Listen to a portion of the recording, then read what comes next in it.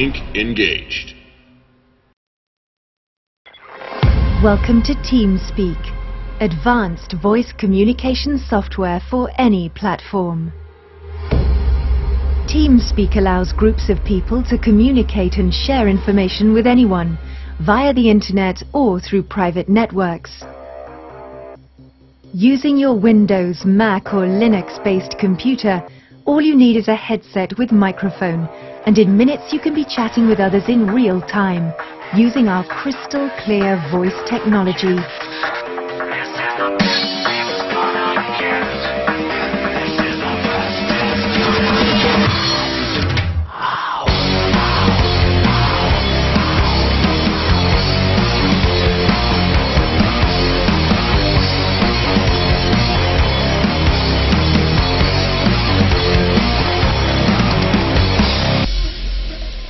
As a pioneer in the industry, TeamSpeak has become one of the most recognized brands in online gaming and voice-over IP solutions.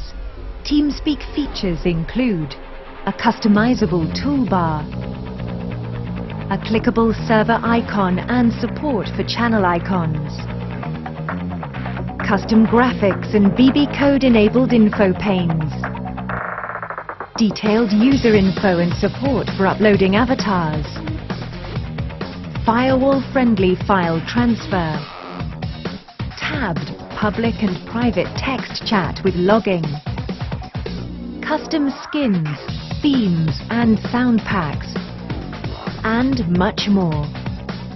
I'm someone that's more than just a casual gamer. It's important to me to have fast, organized, quality voice comms. With TeamSpeak, I'm able to quickly customize user permissions and email a privilege key to an offline user.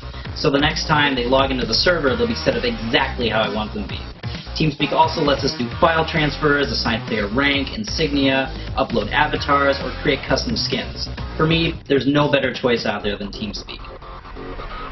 TeamSpeak is free to use for non-commercial entities. Low-cost professional hosting is also available through our global network of authorized TeamSpeak host providers. For online gaming titles, social networks, government, military, or simulator projects, TeamSpeak also offers a software development kit. The TeamSpeak SDK allows developers to integrate our technology directly into their existing product or service. So no matter which game you're playing or with whom you wish to communicate, TeamSpeak has you covered. TeamSpeak. Flexible, powerful, crystal clear voice communication on any platform.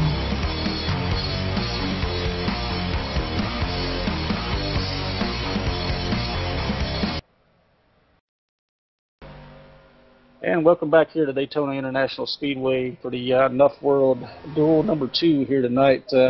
For those of you who may just be tuning in or we're here for the first one, just to kind of recap, Duel number 1 is just finished. Starting order for Duel number 2 was determined by qualifying, who was done earlier today. And whoever qualified in the even numbered positions, 2, 4, 6, 8, so to speak, will be running in Duel number 2 tonight. However, they finish here tonight will determine their actual starting position in the TeamSpeak 500 next week on the outside rows. So, had some very interesting and very exciting racing coming to the end there in Duel number 1, and I would expect, wouldn't you expect J-Pop to have about the same thing in this one? Yeah, I sure would. It's just a whole. Yeah, it should be the same thing. It hopefully we'll get a little bit more side-by-side racing than what we saw in the first one. Yeah, these guys out here, I was looking on the track in Duel number 2, though. You got a lot of guys who are teammates running together, so it might make for some interesting racing on this one with teammates pushing teammates, trying to get linked up, because as we referred to during Duel number 1, you know, if you ain't got somebody you trust pushing you along around this track, then it can get real dicey, and we saw several incidents of that in Duel number 1. Yeah, it's always good to have that, have those teammates with you, and with these duels, you can, you get your teammates get separated, and it's not fun. All right, we're going to cut down now for our national anthem, and we'll be back live in about 2 minutes. Oh, say, can you see by the dawn's early light what so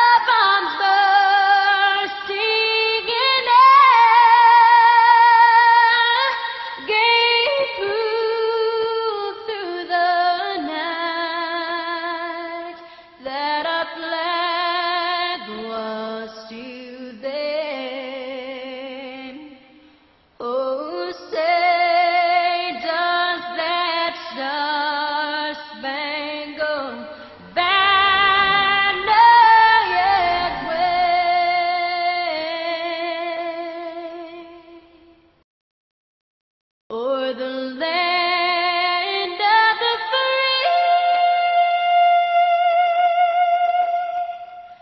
and the home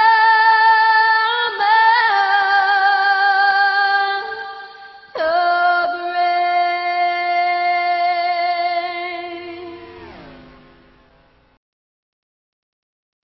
And welcome back here to Daytona International Speedway once again for NuffWORLD Duel number 2. Commentation tonight be done by myself, Douglas Sargent, and joining me up here in the booth, Jacob Popolowski. And also we got back here pushing all the buttons, bringing you all these wonderful camera views, Stephen Mahana. And I tell you, getting ready to go to grid up here in just a couple of minutes. I look forward to some exciting racing here tonight. And what do you think, J-Pop? What do you expect to see during Duel number 2? Sort of the same in the first. Track temps might be a little bit different than they were in the first duel, so we could see a little bit different racing style. So coming down to the grid here, starting first is the number 42 of Travis McKinney. He's also guaranteed a front row starting spot. And in second place is the number 03 and defending NuffWorld Series champion Bruce Turner. Rolling off in third position is the number 33 rookie this year here in NuffWorld of Ben Bando. Then fourth place will be the number 15 of Darren Binge. Fifth place is the 05 of Nick Del Campo, and in sixth place is the number 51 of Nick Thames. Rolling off in seventh position will be number 76 of Joshua Bill, and rolling off eighth, the number 10 of Chris Menthe. In ninth, we have the 11 of Steve Deo, and in 10th, we have the 08 of Danny Gutierrez. Rolling off in 11th, number 88 of Ed Wilson, and in 12th, the number 24, fellow teammate of Chuck Garcia. In 13th, we have the number 37 of Jimmy Leggio, and in 14th, we have the 25 of Todd Layton. Rolling off in 15th position, the number 68 of Danny Baker, and rolling off in 16th, the number 48 of Dominic Larusso. In 17th, we have the number 23 of Frankie Samanto, and in 18th, we have the number 12 of Jerry Hinkle. Rolling off in 19th tonight will be the number 64 of John Lawler, and rolling off in 20th, our little Costa Rican friend, and the number 8, Christian Vasquez. And to round out the field, and our number 34 is number 16 of V. Lee, Brian Lee. All right, the field is set, and we're coming down the back stretch right now on the warm-up lap. These guys are warming up those tires, getting everything ready. I look forward to some very interesting racing here in Duel number 2. A lot of these guys probably watched Duel number 1, see what happened, maybe took some strategies, some thoughts and such, and probably have been already making some friends out there, I would say, tonight. Yeah, it's very important to have those friends, and you can always have that one extra friend, and plus your teammates. You always have your teammates, but some teammates just aren't enough. Yeah, that's for sure. But I was paying attention, kind of watching some of their happy hour there just before we went live, and fastest car out here in the field, surprisingly enough, tonight was the number 88 of Ed Wilson. He typically runs about mid-pack, tries to keep himself out of trouble to get a good starting position, but he was quick tonight in practice. So as we're coming out, there's the green flag, and we're off to racing. Looks like McKinney may got a little bit of a push there from the 33 of Bando as they took a green flag there, and either way, the bottom 3 are off and running. Yeah, McKinney's gonna jump out to a little bit of a gap, and we got people staying double file out, trying to see if they'll stay on the outside or they'll jump down to the inside as soon as possible. Yeah, that was an interesting move I just saw there with the 33 of Ben Bando jumping up to the high side in front of the 03 of Bruce Turner there. Looks like those two may have something already worked out together where they're already packed up nose to tail. It looks like they're starting to make a charge for the front with the 51 of Nick Thames there trying to catch right in behind them and keep that, make it a 3-car pack and make that outside line work. Yeah, I think the 33 and the 03 is a tandem you'll see for the entire night. As long as those guys stay clean, you'll be seeing those guys. I think you'll see those guys up front all day. All right, as we're going live, we go down through here. We're coming to 3 and 4. Looks like the 33 and the 03 have really jumped out to a lead there, and the 42 of Travis McKinney is right on their back bumper. And coming up there, Nick Del Campo moves himself into 4th, and looks like they're trying to sort it out, get everybody down into a single car line there, and get this bottom line moving. Yeah, it looks like Nick Thames, who tried to follow the 33 and the 03, he couldn't suck up fast enough, and he had to fall back, and he's now back down, fell on the inside, and he's now in 8th.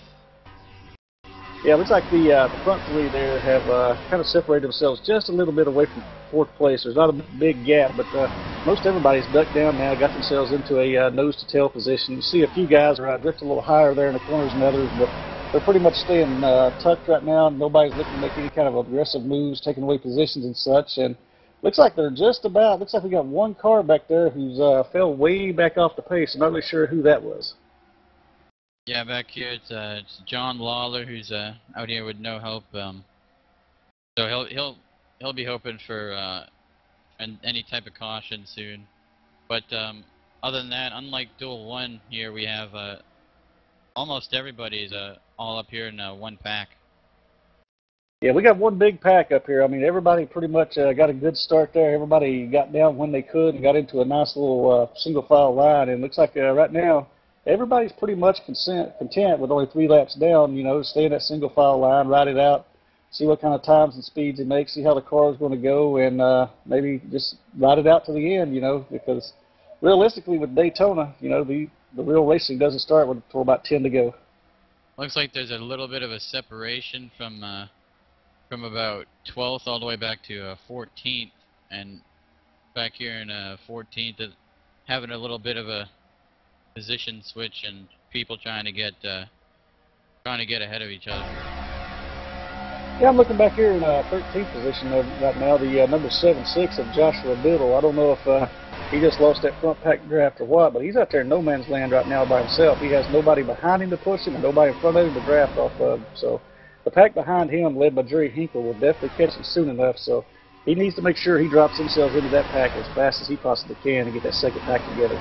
Yeah, he needs to be very careful because they're going to have a huge run on him when they get to him, and if they decide to pass him or what, he's going to have to try and merge with that group. Yeah, it looks like, just as we talked about right there, it looks like Hinkle came up on him really fast there in that number 12 machine and had to shoot high, you know, get out of the draft and out of the gas to keep him just totally running him over, and he's been left up there on that high side now by himself. And, you know, this second pack right now running 2 by 2, they're not going to make up a whole lot of time on that front pack. They need to get themselves back in line and try to make up that time on the front pack. Yeah, it's just one of those things where you're not going to, you keep racing side by side, you're not going to be catching anybody anytime soon. Looks like there's a guy in the car on the grass. Yeah, looks like it was 37 of Leggio. He was, looks like he just got out of line and he got in the grass, but he's back up, but it looks like he's gonna lose the front pack. Yeah, it looks like he may have got a little bit of a bump in the rear end there or something, because that car definitely darted out of line really fast. I mean, it wasn't something that he just kind of drove it down in there, but for the better part, he kept it off the walls, kept it going straight, didn't do any damage to the car. But like you said, he's definitely lost touch with the front pack now. And we've also, looks like the number 11 there, Stephen Dio, has also may have lost touch with that front pack too, or he's just barely hanging on and hoping to get back into it. Yeah, it's just one of the worst feelings when when you're right there and you see the front pack, but you just can't catch them. Yeah, it looks like a couple of guys in that front pack are now starting to push out on that high side, and of course tailing along in there, the number 88, Ed Wilson, up there on that high side. We all know Ed always talks about that high side. He loves to run the high side. He believes in that high side, and he really believes that if you can get that high side and get a few cars up there, that they can be faster than the low side. But nobody has stuck around long enough to say to try it yet. Yeah, it looks like there are some guys who are trying to get the outside going, but no one's going out there to trust it just yet. Yeah, it seems like when someone will go out there to that high side, you get a pretty good run going, and then someone drops out of that pack, drops back down to the inside, and you just lose all momentum, and then, you know, next thing you know, everybody drops down. But looks like Christian Vasquez, something happened right there. He's out there on that high side by himself right now. He's looking to drop back down in line behind the 88 of Ed Wilson now. Looks like the connection might have dropped on the number 8 of Christian Vasquez, as he is out and he is DNF'd. Yeah, it looks like the internet connection from Costa Rica to here just wasn't holding up for Christian tonight, which is a bad break because that young man can really wheel a car around here at Daytona. He's a very good pusher, and matter of fact, he was a duel number 2, I think it was, winner a couple nights ago in the Pure Sim series. So he can definitely drive this track, and he can definitely get it around. So bad break for Christian tonight. Yeah, it'll be interesting to watch him try to make his way through the field up in the 500, as he will start way in the back. Yeah, Christian's one of those guys. He's just a loving personality. You can't help but like this guy. He's a real good kid coming to us from down in Costa Rica.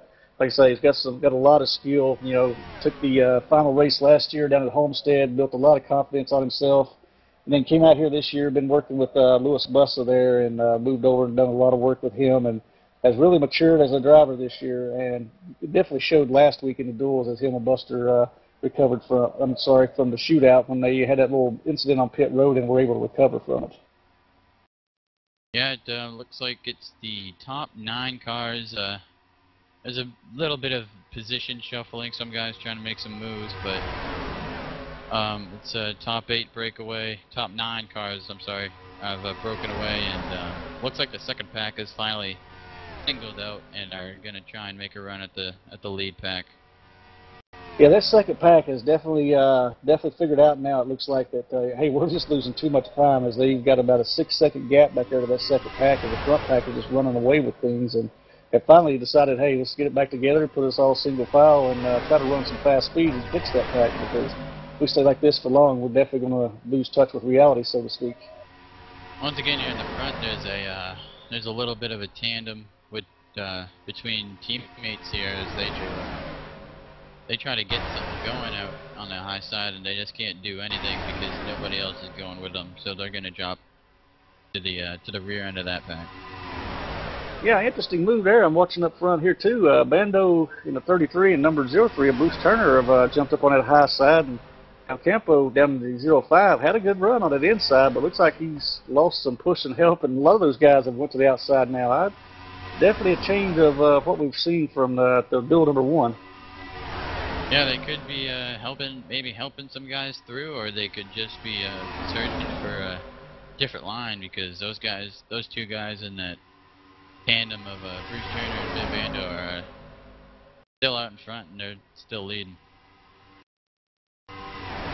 Yeah, and that tandem up front of 33 and the 03, now followed by the 24 and the 88 of Chuck Garcia and Ed Wilson.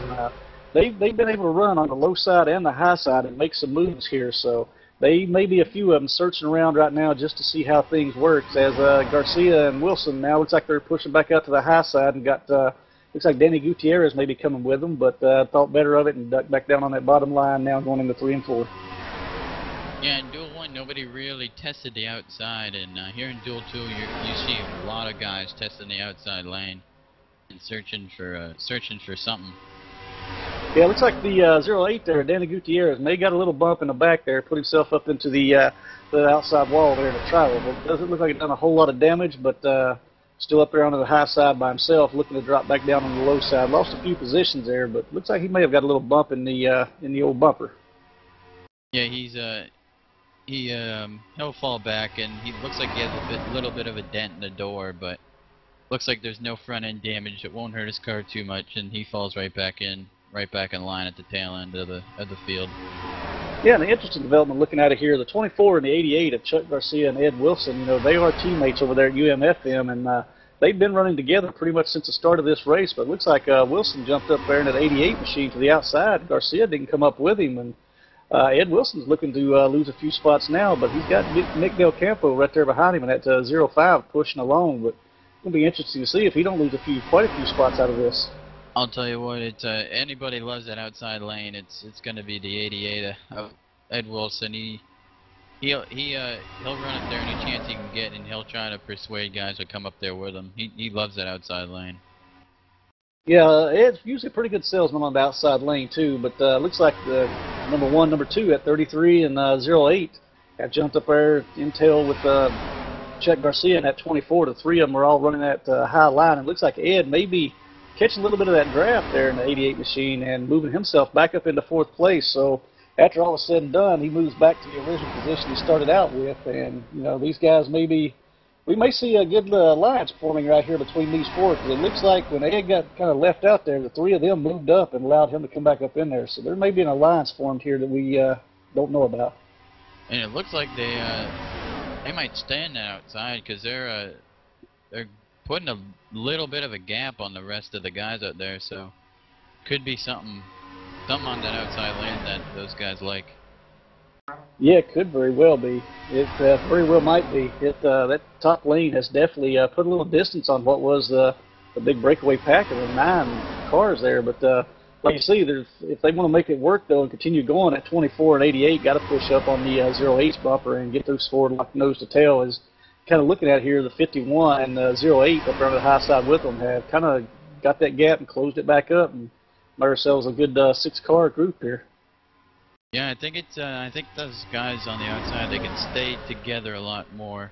They can stay on each other's bumper a lot better than what they would if they're on the inside.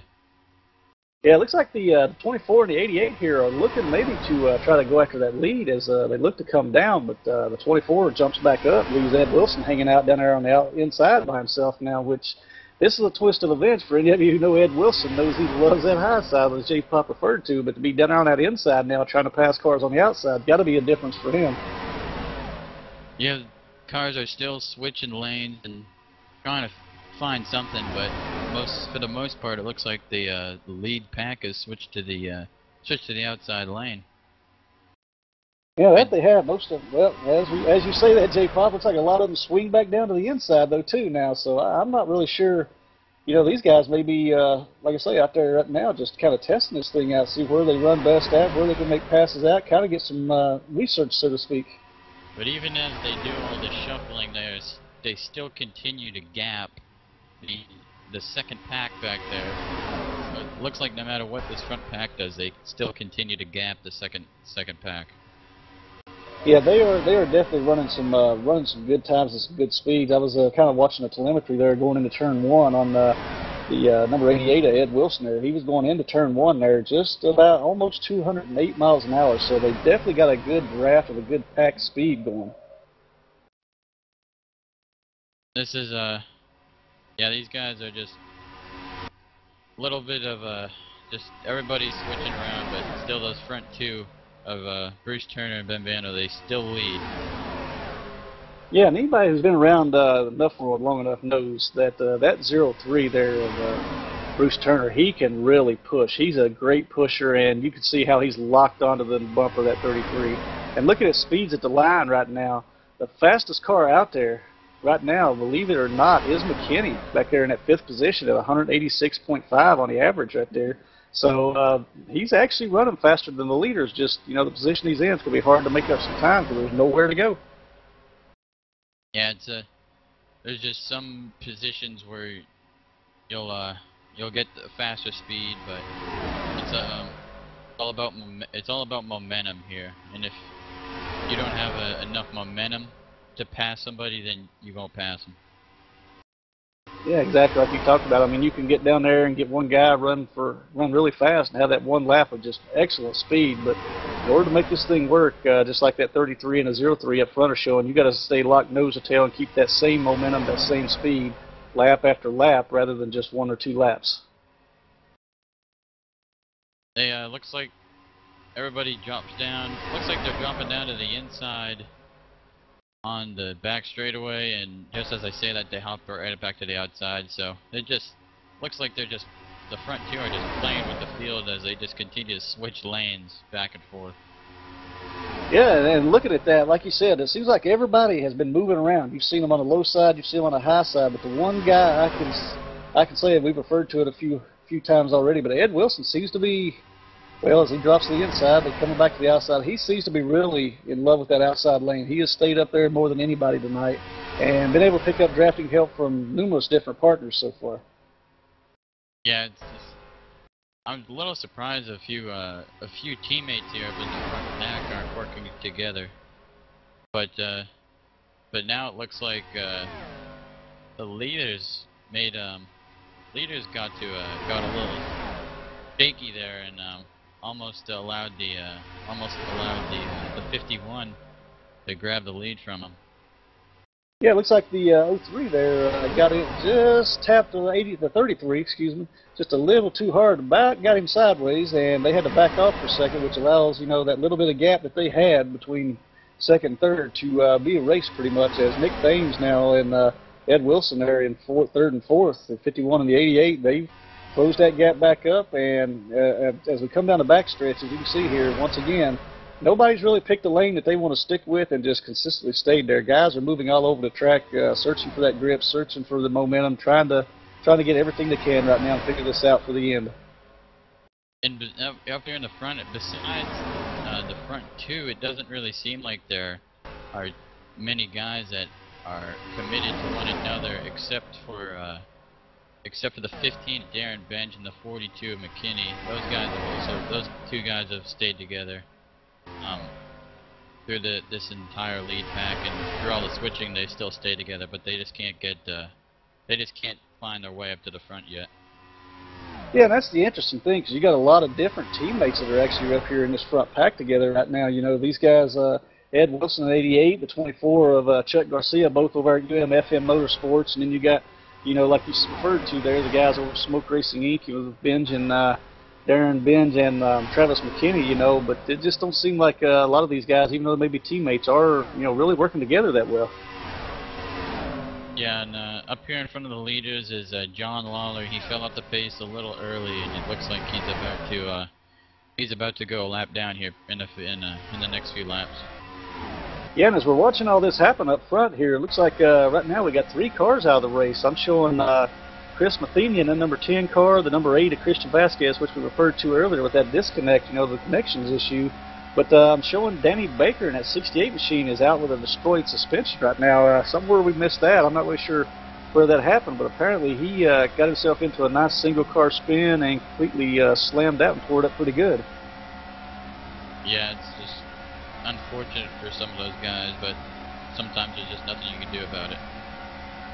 Yeah, that's for sure. And as we're watching here up front, you know, that lead pack is right behind Lawler now, and looks like Lawler's going to give up, John Lawler in that 64 machine is going to give up that inside line, let the leader pass with ease, and ride around in that lucky dog position, hoping to get back on the lead lap before this is all over with.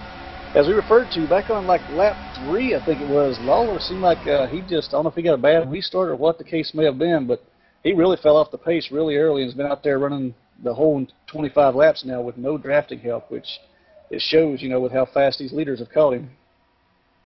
Yeah, this front field has started to separate itself just a little. There's a 2-3 car packs. It looks like Chuck is the 24 is finally caught up to the front 3. He's got their draft, and there's a group of 3 behind them with Ed Wilson, Darren Benj, and McKinney. And then it looks like the 08 of Gutierrez and the 05 of Campo are just starting to fall off a little bit. Yeah, like you said, you know, we had a 9-car breakaway pack there for quite some time, and now they've all started sorting themselves out, so to speak, with all the 2 wide and such that we've been seeing guys switching lanes.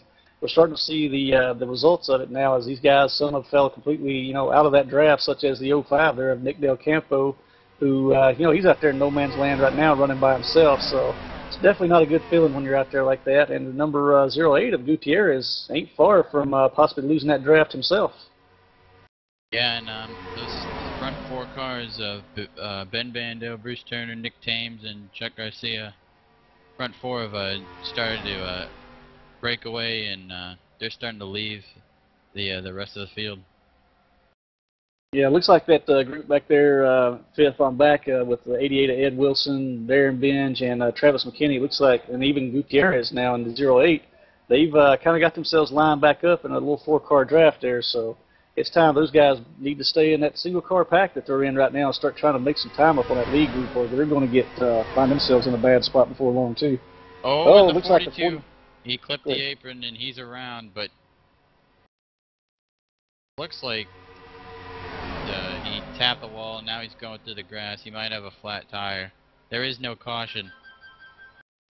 Yeah, we spoke about earlier during that duel number one. We brought that up. You know, you get down on that apron. These guys have said it's like driving on ice. You get a tire down there, it's quick to bring that car around and can cause some severe issues for you. Which we just saw that with the 42 there of McKinney. As he got it down on that apron just the slightest little bit, you know, in the tri-oval, and next thing you know, he's around and up in the wall. So looks like he's lost touch completely with any kind of draft right now. He's out there in no man's land himself.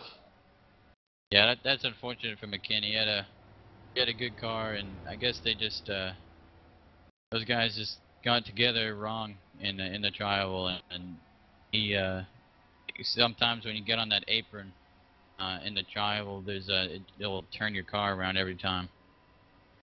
Yeah, and that's a definitely a bad break for McKinney right there. You know, as he's still slowly coming around 3 and 4 here. Looks like he's going to have to head to pit road, get some work done, get some tires on there. As you see the leaders go by, he just lost his first lap. But the only good thing coming of that though is we got pit stops coming up here in the next 5 to 8 laps. So might be a chance he can make up some ground and get himself back into a decent position before this is all over with. But as of right now, it's got to be a lonely feeling where he's at.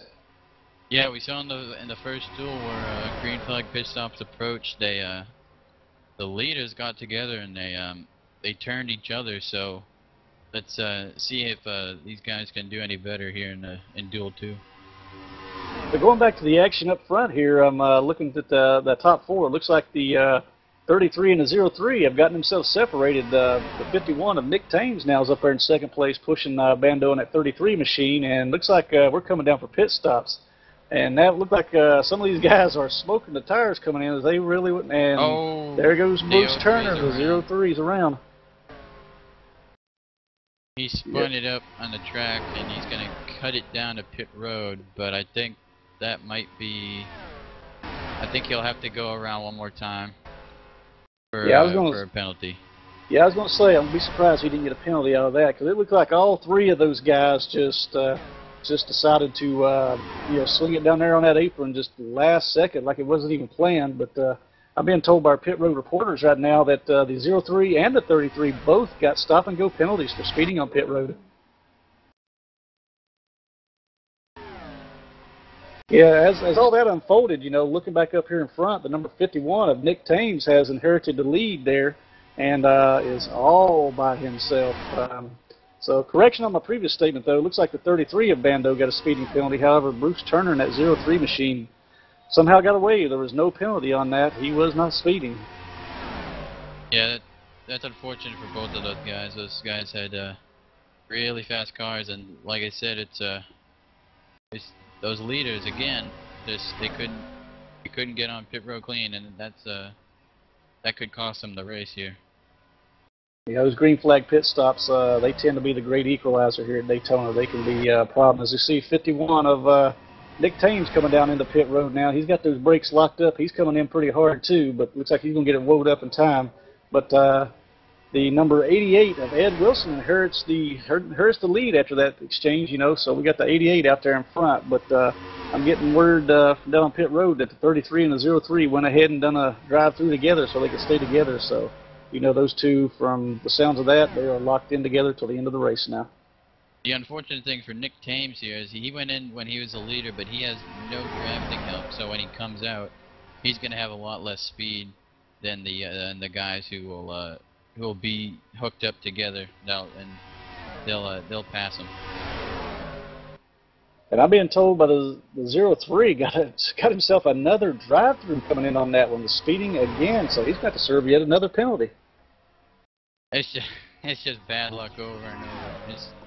You can't get away from it. He did it once, and it's you just can't get away from it. But with all the action we've been following here, I was kind of looking down. Looks like the number 42, McKinney, has decided to put his car behind the wall, call it a night. Maybe there was just something happened, I guess, during that spin that he had that was just too much, and it's now sitting behind the wall, and he's out. Yeah, it's just something. I guess just something that he couldn't recover from. That's unfortunate for him. He had a really fast car, but now we have the leaders of Ed Wilson and the 08 of Gutierrez, and the 88 of Ed Wilson was around. He did not hit anything, and he should be able to come around, go straight into pit road, but he will lose a lot of time. You ever seen a lot of guys locking up those front tires coming down on the pit road here in duel number 2? We didn't see a lot of the tires being locked up and the tire smoke coming in on duel number 1 like we are in this one, but that's two good two spins right there. But in the meantime, the number 15 of Darren Benj has taken over the lead, and one of the things I've been noticing with that lead pack is that number 64 of John Lawler, who we referred to earlier, you know, got lost touch with any drafting help there real early during the race. The entire time that, you know, after they lapped him, he's been able to stay right there in the draft, so he's got a good machine. He's been able to stay with that lead pack. He may end up getting a good break, getting the lead lap here, getting the lucky dog, and being back on the lead lap before this is all over with. Yeah, and that's going to leave Darren Benj. He is a leader. He came down pit road. That's going to leave him all by himself, but he does have a few cars, a few ways behind him that are coming in to join him in the pits. Yeah, it looks like a lot of guys decided to come down as Benj did. You know, comes down, gives up that lead. Well, he's still in the lead right now, but he had 4 or 5 other cars that came in the same time with him. So the lucky break on that looks like he'll come out with some drafting help right there. So it might not be too bad for him. And it looks like Nick Thames will come back around and inherit the lead, as he was able to pick up the 24 of Chuck for some drafting help. And to add to all that's been going on, that number 37 of Jimmy Leggio, looks like he got himself a drive-through penalty for speeding on that exchange of pit stops, as did Steve Dio in number 11. So a lot of these guys are, pit road is being a monster to these guys here in duel number 2. So through all the chaos, it looks like 3 cars have broken away. It's Nick Thames, Chuck Garcia, and Danny Gutierrez up here. 3 cars have broken away, and right behind him in 4th is Darren Benj, but he does not close enough to get any draft, and he is all by himself.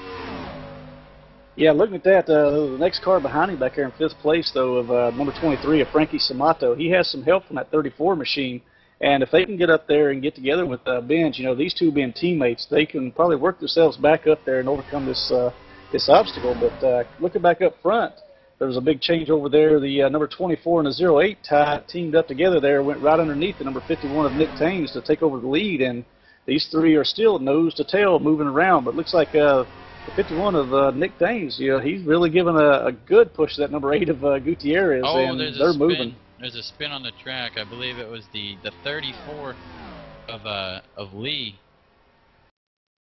Brian Lee, he's around, and he hit the wall, hit the inside guardrail, and he's gonna park it. Yeah, it looks like the way he hit that thing, he may have expired an engine there with that one, because he took a hard lick. So it would stay green here, but the 24 is still up front there, looking. That 3-car pack is gone. So that will leave Frankie Samanto hoping to get up to Darren Benj and trying to get something going. He looks like he will be left all by himself.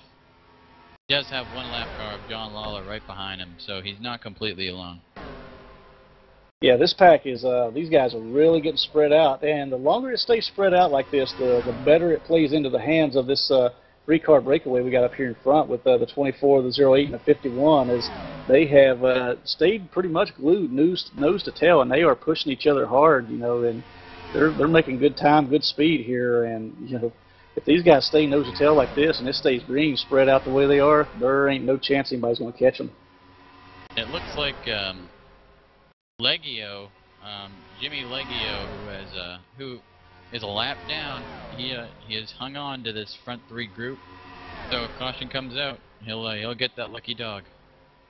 Yeah, that guy in the 37 or Leggio, he needs to stay right there in that position for as long as he can, because if you tagged onto the leaders, you already know you're tagged onto the fastest pack out there right now, especially where they are separated. And as long as he stays tagged onto them, even if they lap anybody else, he's able to stay right behind them. He stays in that lucky dog position, so he's got to hang on to that for dear life at this point. Yeah, we saw that in Duel 1. There was a guy, C. Payne, he was sitting right there, same position Leggio is. Caution came out, and he ended up finishing the race in about 6th place. That is correct. But stay tuned, ladies and gentlemen, for live racing action here at Daytona International with the NuffWORLD Duel number 2 as we cut away now to commercial break. We'll be back in just a moment.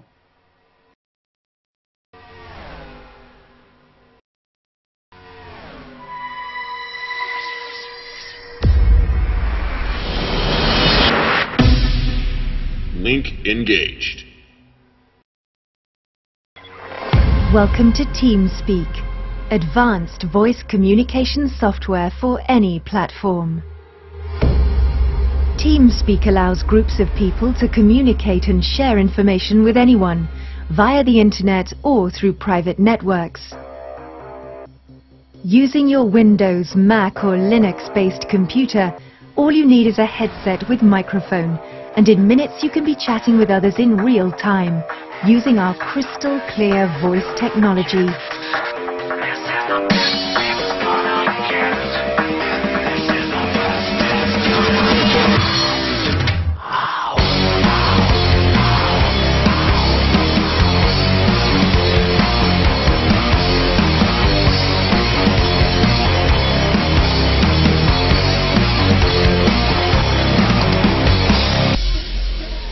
As a pioneer in the industry, TeamSpeak has become one of the most recognized brands in online gaming and voice-over IP solutions.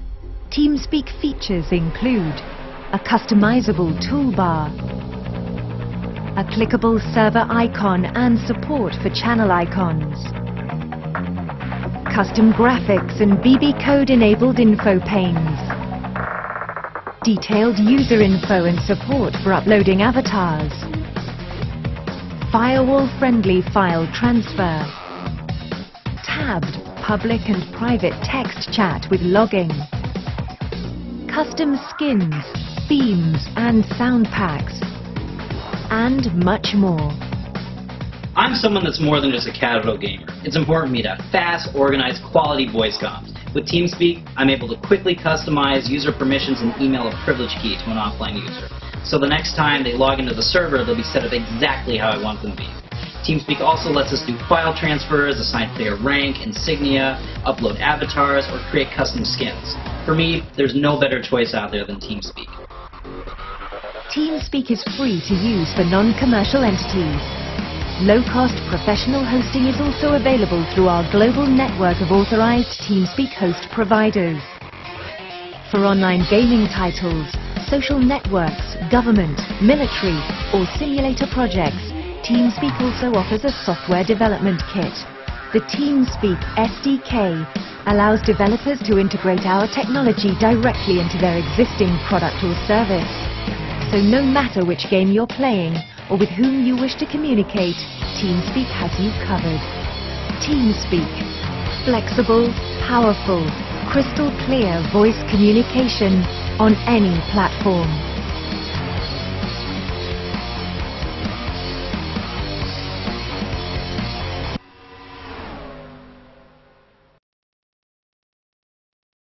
As we're back to racing action here, still up front, we got the first, second, and third three-car breakaway here. The 24 of Garcia, the 51 of Nick Thames, and the 08 of Gutierrez. And while we were away at commercial break, been a lot of hard racing as the 08 and the 51 have touched several times over the last 2 to 3 laps and been door handle to door handle, nose to tail, bumpers to the side of the cars. It's been interesting the last few laps as these two have been battling out, but now it looks like Nick Thames there in that 51 machine is down on the inside looking to try to take over that lead now. Yeah, it looks like none of these guys up here, they want to help each other. And now we have a replay on the right of this action that we had away from commercial break. These guys just going at it, and it's every man for himself out here. Yeah, that's for sure, because as you look up front right now, these front three cars mixed in with the lap down car right now, Legio, but there is no teammates here, and you know, like I say, this is for starting position here at Daytona, so next week at the 500. But these guys, you know, there's no love lost up here, that's for sure. Yeah, I think this lap car here, Legio, he could play some sort of a factor here if he gives any one of these guys a little push here at the end. He could play a factor in who wins this.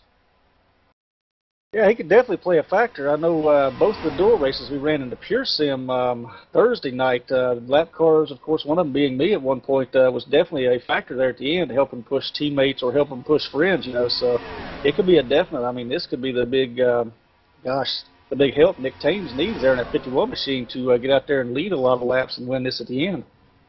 Man, it looks like the 24 and the 08, they're hooked up on the outside, but they can't get any run at the 51. Yeah, it makes me wonder with that 08 machine of Gutierrez there, how much damage may have been done, you know, trying to stay in that draft and such. How much damage was done when him and the 51 were beating each other's doors off there. I think at right now this lap car of Leggio is Nick Thames' best friend at this moment.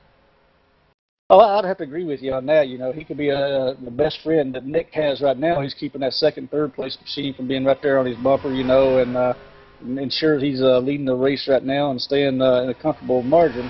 But at the same time, if this guy decides to poke out a line, which looked like he about did there for a second to try to, you know, muscle his lap back, then it could be his worst friend at the same time.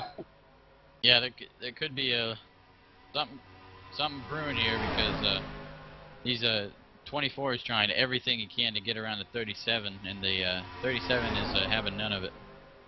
Yeah, that 24 of Garcia and the 08 of Gutierrez, they know right now as long as that car is there, you know, it's just trouble for them brewing. So they're trying to find their way around, and you know, it's just according to where Leggio goes as to what Garcia and Gutierrez are going to do in that 24 and 08. But if they get a chance, I'm sure they're going to make their way around to Leggio. As looks like they still racing out here hard. There's going to be 10 to go coming at the line. Yeah, it's amazing how quick the action's going by here. You just said 10 to go. I hadn't even paid attention to the last, but it's hard to believe with all the action's been going on calling this race that we're already at 10 to go. It's passed quick, that's for sure. Yeah, this is race has stayed caution free, and I'm sure these top three would like it to stay that way. Yeah, right now these top three, you can guarantee they're praying to gods above, you know, right now to stay green, because looking at the telemetry, they've got an 11-second lead on the fourth place car back there of Frankie Samato in that 23, which Frankie has some drafting help and such, but you know, still with 11-second lead, you definitely don't want to see no caution came out. Oh, looks like the 24 and the 08 have found their way underneath the Leggio and are moving up now to try to take on Nick Thames for that #1 position, as they've looked at the laps too and noticed how far they got left. And you saw Nick Thames, he tried to peek out to the outside to try and get the 37 with him, and he just the 08 and the 24 had too much momentum, and they were able to get around. So now it's going to be very, very interesting. Yeah, now's the time of the race, and the positions they're at, they're playing the proverbial old chess match, see who blinks first, so to speak. These guys could be careful because anything happens.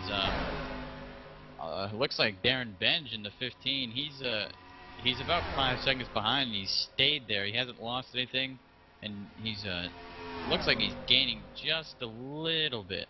So if anything happens to these front guys, he could be right there in the end. Yeah, that's Darren was able to pick up, their 15 machine was able to pick up with the number 11 and Steve Dio, who, you know, had a little bit of trouble there with pit road and such, but he's been able to pick up, so he's got some drafting help, so he's able to make some pretty decent speed. He's not hung out there by himself. So, you know, if a caution does come out, you know, you can expect Darren could definitely play a big part here in the end, as well as the number 88 back there in 6th, who's way behind right now, but the Ed Wilson, you know, could be a factor in it before it's over with if there was a caution. And back here, in around 5th place, 5th to 8th, there's a good racing, trying to get the top 5 and trying to get the best spot they can out of this, hoping for a caution. Yeah, and unfortunately for these guys, you know, they're in the worst possible position they could be in right now, running double file side by side like that. If they plan on making any kind of time up, like you were talking about earlier, that front three, you know, they've pretty much stayed nose to tail, but at the same time, they've made some moves. And, oh, looks like Leighton got spun or got a little bit of touch, and that could be the caution we're talking about. Looked like Leighton spun, you know, got down there, got a little touch, got across, and there's the caution. 03's with him. The 05 at Campo's in there. Yeah, a bunch of cars wadded up in that one, it looks like. And that's the exact caution that some of these guys did not want to see. Yeah, it looked to me as we were watching that, it looks like the 25 got a little bit of a bump there right coming through that corner, which is, as we talked about in duel number 1, the very worst place to get any bumping going on. And caused him to come around, and when he came back up on the track backwards, you know, took out a few more cars, and there was no place for others to go. Yeah, they were just, as we said, they were racing hard for that top 5, and just got together, and some of the guys behind him, on the 33 of Ben Banner did a great job of just barely missing that wreck. Same with the 12 of Hinkle. Yeah, it looks like that was enough, though. The number 25 of Todd Layton looked like it was too much for him. Looks like he's out for the race. He just too much damage. He's not going to be able to continue. So that takes out a car completely. And then Nick Del Campo, the number 5 machine there, looks like he had some troubles trying to get that thing restarted. He's got some tires down, and he's trying to keep from losing that lap, keep as much speed as he possibly can going around the track right now to make it down the pit road and get some new tires on that thing. But he's not making a lot of speed, but he's able to at least stay on the lead lap and catch the pack, get in the pits. He may still have a chance at something here to salvage a decent finish. And I believe, as we said earlier, that 37, he was racing hard with those leaders. He will get the lucky dog. So he'll come around, he'll be back on the lead lap, and he'll be in contention for this win. Yep, Leggio in that 37. I mean, that's the prime example right there. Just like we talked about when they first got around him and stuff. That's exactly what you got to do. You got to stay up there, stay as tight with them guys as you can. Try not to play any factor in the the lead as you can. But at the same time, he put himself in the perfect position, staying up there. He's going to get his lucky dog back now, be on the lead lap, and have a chance to contend for a really decent finish here. This will be interesting here to see if anybody goes down to any sort of advantage on tires, and the front few will fake, and looks like we got some takers down on pit road. Yeah, I would say some of these guys that we're seeing take down on pit road here with Benj and Jerry Hinkle, the 48 of LaRusso, 76 of Josh Biddle, in those positions you really got nothing to lose at this point. But now those front 3, had they pitted, it would have really surprised me with this late stages of the race and such for them to have taken any kind of pit strategy. Darren Benj was running in the 4th position, I believe, and he was the only one in the top 5 who came down to pit. So I guess he's just looking for advantage on tires here, and maybe he'll get some help from any of his teammates. Yeah, but surprise, surprise! Look there in the number 5 position. One of the other guys benefited from this. Well, actually, the 4th and the 5th position. Ed Wilson and Ben Bando. We talked about Bando in that 33 machine there for a long time during the first half of this race, being up front and leading the way, and had some troubles on pit road, getting in, getting out, and got himself way back there, mired in traffic and such. But now look at this. He's up there, him and Ed Wilson in 4th and 5th, and the 88 of Wilson being teammates with the 24 of Garcia. That might be something you'll see something happen right there with both of them being in 2nd and 4th, lining up on that outside line. And we do remember these those guys, the 33 and the 88 were somewhat working together in the first half of the race, so they could have made a friendship early. Those two could hook up, and both of those guys they have very fast cars, so you could don't be surprised to see those guys. Yeah, it's been interesting to watch this one as they remain caution-free biggest most of the time. I mean, during our duel number 1, we didn't see.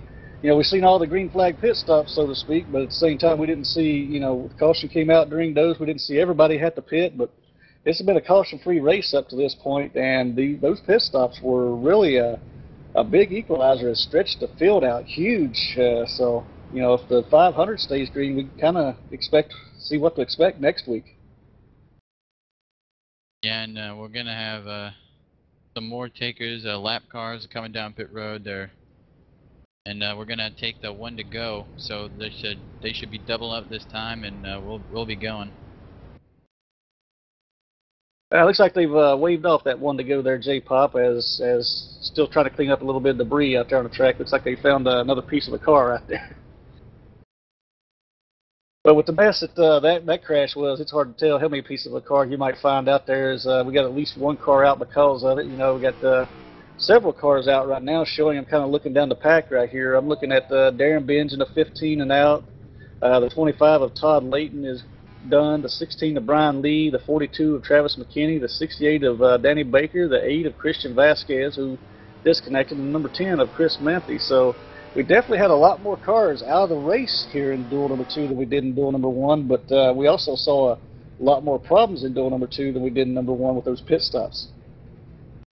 Yeah, it's duel number 1. They had a lot of cautions there in the second half of the race. This race virtually stayed green, and still a lot of cars had trouble here in duel 2, but everybody was able to stay green. And but this, same as duel 1, it will be a great finish out here at the end.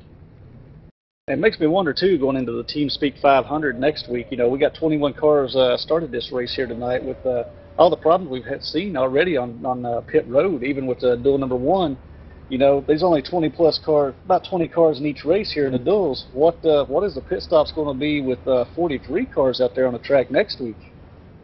Yeah, that's something that some guys are really going to have to focus on, and a lot of guys don't really pay much attention to getting on the pit road, and it bites them. It bites them pretty bad. Yeah, it definitely has tonight. I mean, even in the shootout series, it didn't come back to bite horribly, but that's been so far the theme we've seen here at Daytona in both the shootout and the duels is the pit road getting on and off has been, you know, the biggest problem everybody's had, and that's been the one that stretched the field out and bunched it back up all at the same time. So a lot of these guys are going to have to go back this week and spend a lot of time, you know, getting on and off pit road. There will be, as they looks like they're about to double up. It's 1 to go, and there will be 9 cars on the lead lap to take the green flag. Yeah, and that's, you know, just goes to show with all this green flag racing, just what it did. You know, 9 cars left on the lead lap, you know, after 57 laps on a 2.5 mile track. That goes to show what a big difference maker that those pit stops have been, as well as being able to keep yourself, you know, in the right position with your buddies and keeping in that draft. And it looks like the 15 of Darren Benge, he was in the top 5 when this caution came out. He's now in the garage, so it looks like something may have happened there, mechanical failure or something. So, but it'll end his race. Yeah, he might have had a mechanical issue there, like you said. Something definitely went on because he was having a pretty good run up until that point, and now he's back there behind the wall. He may have had. I've heard a couple of guys talk about their electrical problems out here, but you know, the heat may have been too much Friday. Box up on the window or something. I believe we will restart with 3 laps to go, so it should be a fun. It should be just enough laps for these guys to get back up to speed. Yeah, it looks like we'll be coming back to essentially a green-white checker here. So yeah, I'm being told this will be a green-white checker. They take it here, and right now lining up, you got in first place number 51 of Nick Thames, second place of Garcia, and third place of the 08 of Gutierrez. But the thing, like I was talked about earlier, up around that high line, you got the 24 of Garcia, the 88 of Wilson, who are teammates over at UMF in. We'll see how well they work together on this restart and try to get Garcia possibly up there in that winner's circle.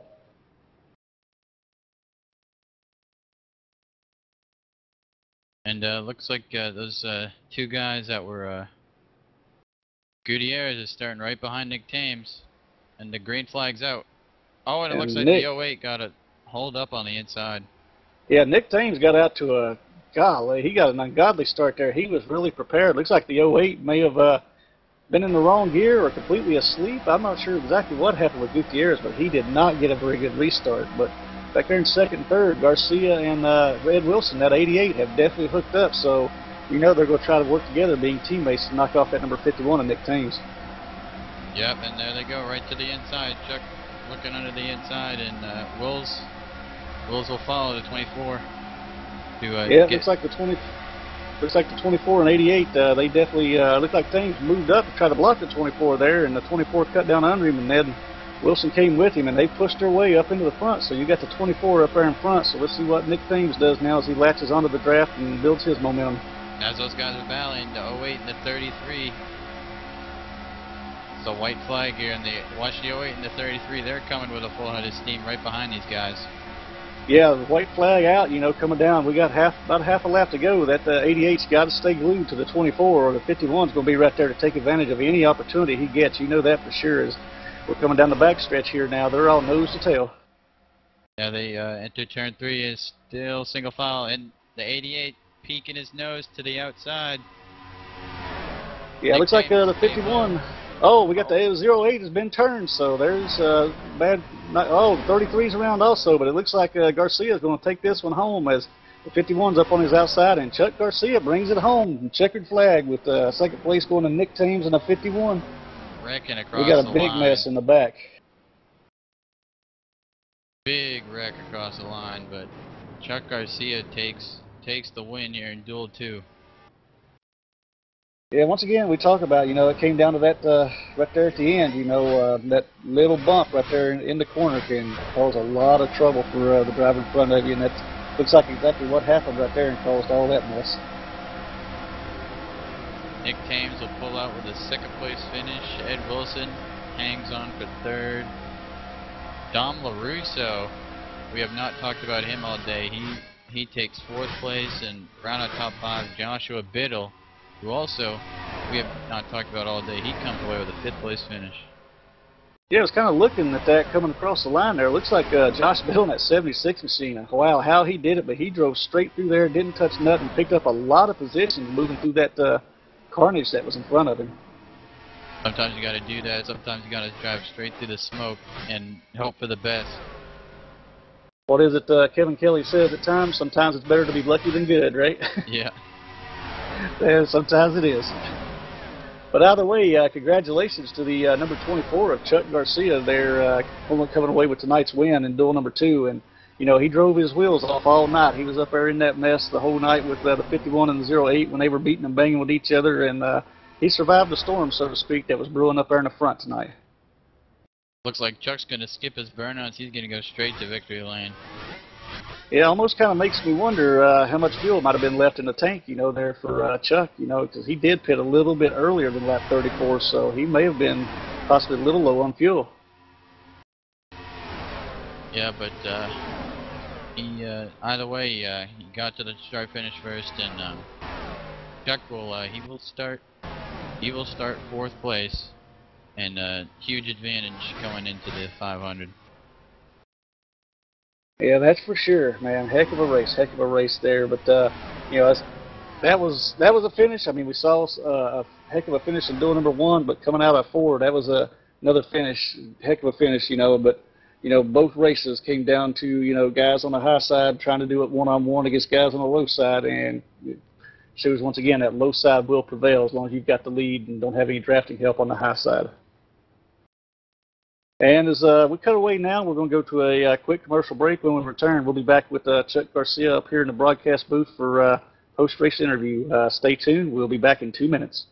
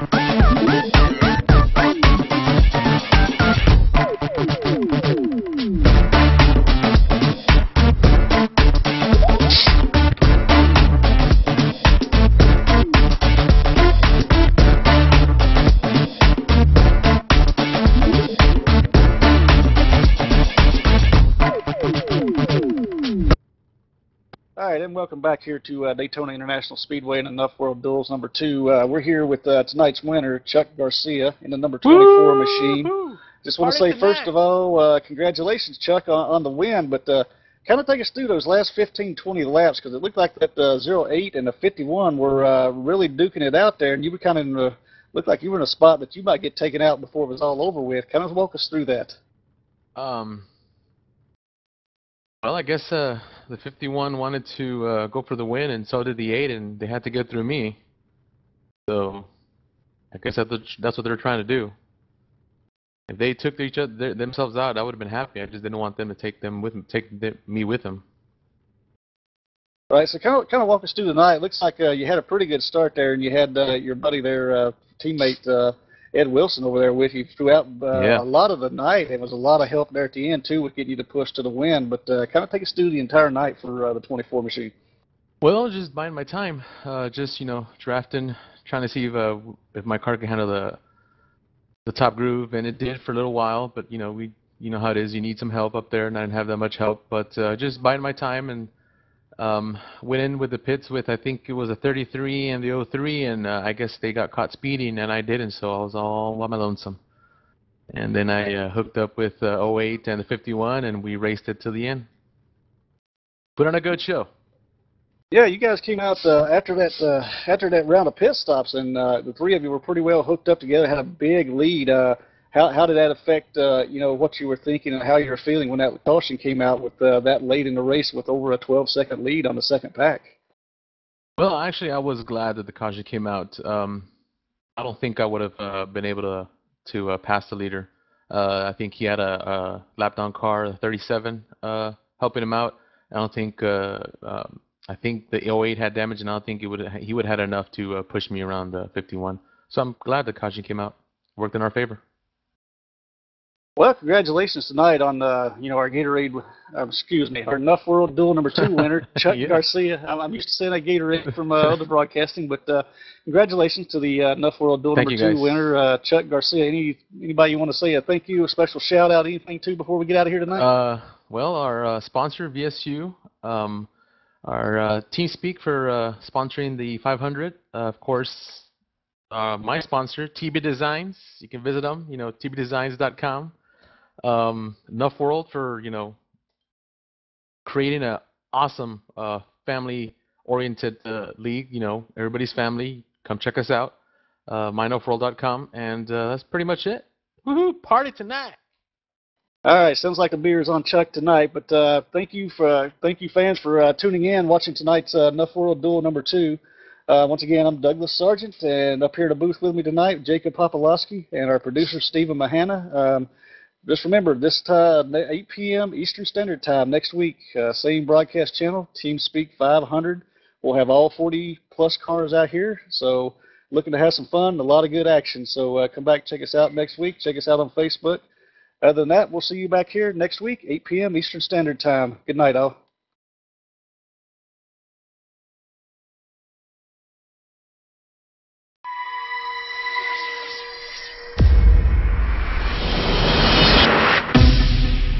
Link engaged.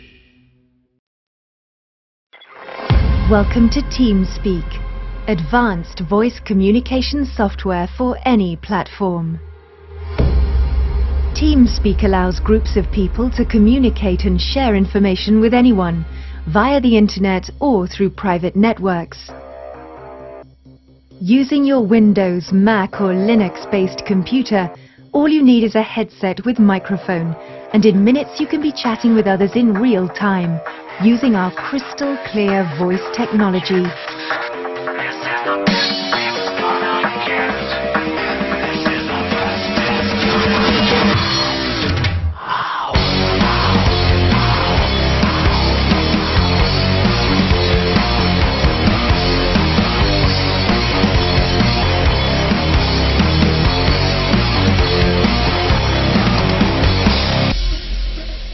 As a pioneer in the industry, TeamSpeak has become one of the most recognized brands in online gaming and voice-over IP solutions. TeamSpeak features include a customizable toolbar, a clickable server icon and support for channel icons, custom graphics and BB code enabled info panes, detailed user info and support for uploading avatars, firewall-friendly file transfer, tabbed public and private text chat with logging, custom skins, themes and sound packs, and much more. I'm someone that's more than just a casual gamer. It's important to me to have fast, organized, quality voice comms. With TeamSpeak, I'm able to quickly customize user permissions and email a privilege key to an offline user. So the next time they log into the server, they'll be set up exactly how I want them to be. TeamSpeak also lets us do file transfers, assign player rank, insignia, upload avatars, or create custom skins. For me, there's no better choice out there than TeamSpeak. TeamSpeak is free to use for non-commercial entities. Low-cost professional hosting is also available through our global network of authorized TeamSpeak host providers.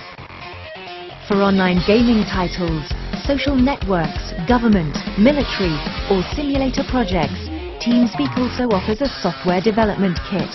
The TeamSpeak SDK allows developers to integrate our technology directly into their existing product or service. So no matter which game you're playing or with whom you wish to communicate, TeamSpeak has you covered. TeamSpeak. Flexible, powerful, crystal clear voice communication on any platform.